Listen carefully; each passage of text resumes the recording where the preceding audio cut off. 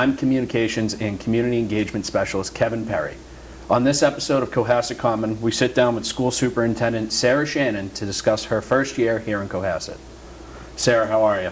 I am great, thank you. Thank you for having me. Of course. So we'll get right into it. Okay. As you wrap up your first year here in Cohasset, describe your experience so far. It's been a great experience so far. I've really enjoyed being a part of the Cohasset Public Schools, sort of expanding my participation in the Cohasset community has been really nice. It's been really great to have the opportunity to get to know teachers on a whole different level, get to know more teachers, learn more about the district, how it works, what is going really well, where we have room for improvement. We've had a few bumps along the way, but I think what has been nice is to see how the district comes together to solve problems and work through really hard times. So it's been a great year. I can't believe it's gone this fast. Yeah. So you are a Cohasset native. So Well, native. You do live in Cohasset. I live in town, Yes. yeah. So outside of your profession as superintendent, what do you enjoy doing in the community? I do a lot of things that have evolved over the years because my kids have grown up. So when the kids were younger, I was really going to all the youth sports events and things like that. As they got older, I attended a lot of the high school sporting events and still do for my younger son, and still do in general because I enjoy it. But outside of that, I do a lot of the same things everybody else does. I go to the beach, we go out, on the boat. We're members at the sailing club. I actually go to a lot of concerts at the music circus. I walk around town. It's just a great place to live, and so I try to take advantage of all that the community has to offer. Especially in the summertime. Especially in the summer. Yeah. Be So- nice if the weather got better on the weekends. So. Yeah, it would be terrific. Yes. So education. So obviously you were the superintendent here, wrapping up your first year. Do you want to talk about your professional career in education? Sure. What led you up to this point? So, kind of always wanted to be a teacher, and so started off teaching middle school English in Medfield. Actually came to teaching after first trying to work just in corporate America because my parents sort of pushed me that way and realized that wasn't really what I wanted, and so I came into the schools, taught English then in Hingham for a little while. All along the way, I had principals who kept putting me in leadership positions. And finally, a principal that I had said, you need to go get your administrator's license. And so I did. And from that point forward, I was an assistant principal in Duxbury at the middle school. And then I was the principal of the middle school in Scituate for 5 years. And while I was in Scituate, we had done a lot of work with a nonprofit called, at the time, the Buck Institute for Education, which is now called PBL Works. And we did a lot around bringing more project-based learning opportunities to students at the middle school, but across the district. Was part of their district-wide strategic plan at the time. And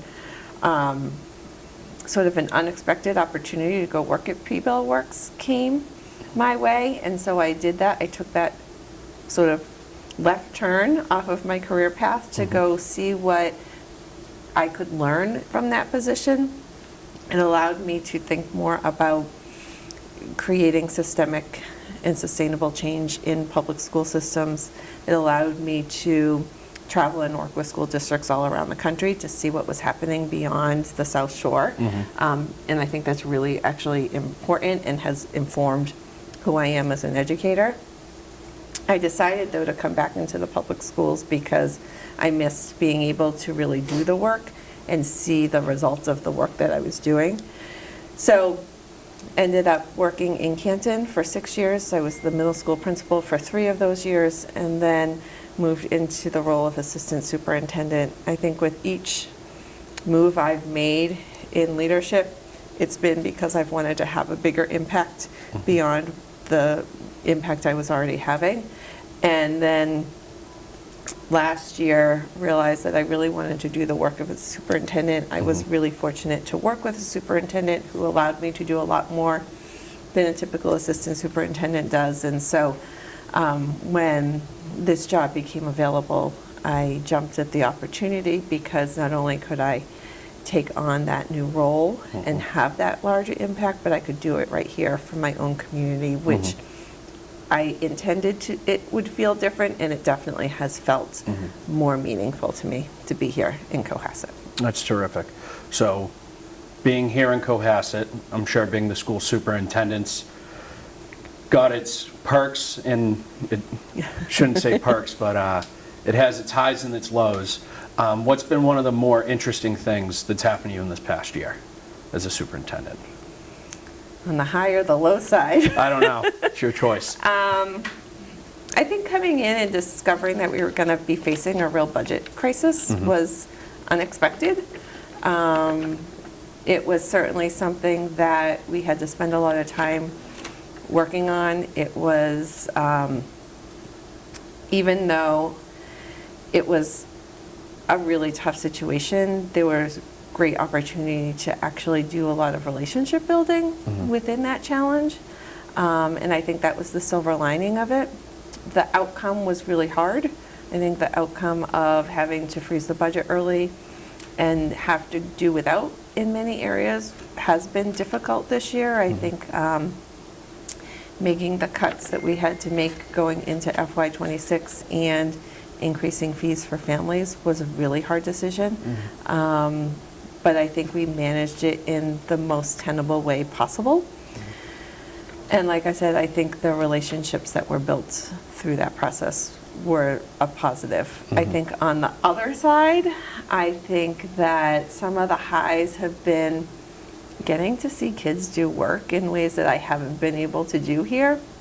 It's one thing to have your kids come home and from the district at all age levels and say what you do in school today and hear little bits and pieces, but to actually see the high quality work that students in this district, K through 12, pre-K through 12, produce is just unbelievable. And I think being able to see all of that has led to my desire for next year to really be able to put examples of what kids are doing out into the world, because I'm sure that other people experience what I do when their kids come home and you say, how was school? Fine. You don't really get the answers that you're looking for. So if we can help people see and have that window into the district, that's one of our goals for next year. That's terrific. And so obviously student success is an important thing for any school district.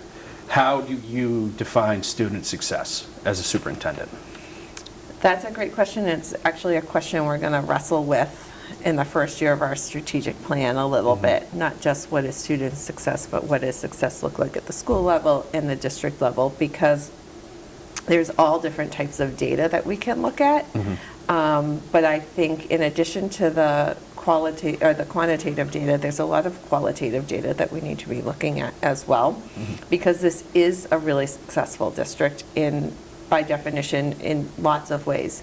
But I think as we've gone through the strategic planning process and my entry plan process, we've heard a lot of kids talking about the pressure and stress that they feel. And I think some of that is based in how we are defining success for students. There's an expectation among kids that they are performing at super high levels in all areas. I mean, as adults, we know that we aren't fantastic at everything, and we are able to sort of build upon and develop the areas that we're good at so that we continue to be successful. Kids sort of have to still experience lots of different things. So how do we help them find that balance? Because what we don't want to do is reduce rigor. And it's good to have high expectations, and we need to define what success looks like for each individual student, because those expectations may look different for different kids based on what their interests are, what their story is, what they want to do out in the world.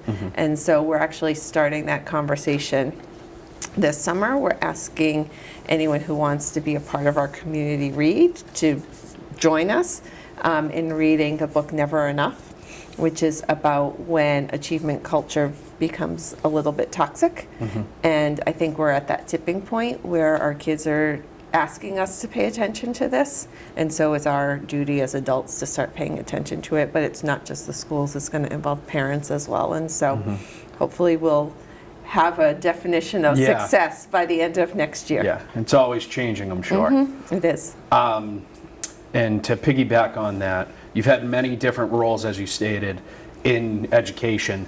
How do you, as a superintendent, foster relationships with the principals of each school, the staff of each school? You want to elaborate on that? Yeah. That's been one of my main goals this year, is to build relationships with all of those people. With principals specifically, we meet as a district-wide leadership team once a week. I meet with each principal one-on-one once a month, but I would say we have regular conversations well beyond that. And then with teachers, it's just been getting out, meeting them. I was better at the beginning of the year being in classrooms and intend on keeping that practice up. We do learning walks, so just seeing what teachers are doing in buildings and being able to talk to them about it. I try to go to as much as I can as well. So sporting events, plays, concerts. I think in some of those informal settings, it gives me a different opportunity to interact with staff as well. And so I just try to be as visible as I can be and interact and get to know people. Not just with the staff too, but also the Cohasset community. There's families at those events, there's students there, I'm sure, which for some people it might be strange seeing their superintendent out and about in town, but you know, that's how it goes sometimes. It is. Yeah. It is. So to talk about families, how do you try to improve communications with parents and let them know about, say, how their child might be doing in school? Yeah, so I think, you know, a couple things. My job is more communicating on a broader scale. If there's an issue that isn't resolved at a building level, I might have conversations about individual children with families, and I have had some of those. I feel like my job, though, is to keep people informed about what's going on in the schools, but also at the district level that may impact the schools, which then impacts their children. And so I do a lot of communication through, every other week newsletter. I send emails out. I really try to invite people in as well. We've had a couple forums. We had some parents who were concerned about something at the elementary level, the literacy program, so we held a forum. We invited a few parents to go on a learning walk with us. I have had people who email me with concerns. I always try to invite them in or pick up the phone. I think that my biggest push with families and with parents and caregivers is, if you have a concern, let's talk about it. Because I think it's the dialogue that makes the difference. And even if we don't come out seeing eye to eye, we've had a chance to express both our points of view. I find that email loses a lot of the personal connection. It loses the ability to truly understand one another. And so I really feel like being able to be available to any parent or caregiver is one of the most important things that I can do. That's terrific. And final question here. Yeah. So you just wrap up your first year. Let's say 5 years. What are some goals or objectives you would like to see the district achieve? Well, we have a brand new 5-year strategic plan Oh, that's perfect. rolling out for July 1st, really. And the 4 sort of compass points of that are teaching and learning and leading, wellness, community, communication, and involvement, as well as resources. And so thinking about those areas in 5 years under the teaching, learning, and leading, if in 5 years we have more authentic project-based learning opportunities for students at all grade levels. Students are fully engaged and somewhat driving their own learning. We're talking a little bit about the difference between compliance and engagement. Cohasset students are very compliant, but are they truly always engaged, and at what levels? I think also with regard to wellness, we have more of that definition of success. We're focused very much on belonging and honoring the individual, so knowing all kids by name, place, and story.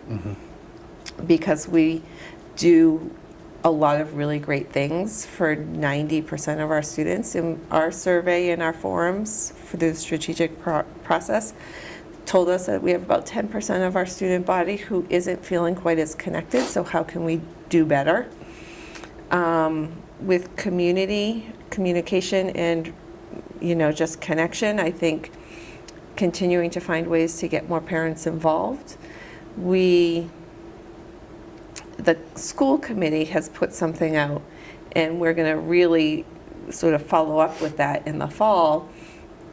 This is a community rich with resources in terms of human capital, who, as we continue to create and implement curriculum that is meaningful and really authentic to the real world, how can we leverage the expertise and experiences of the families who live in Cohasset to help us with some of that programming?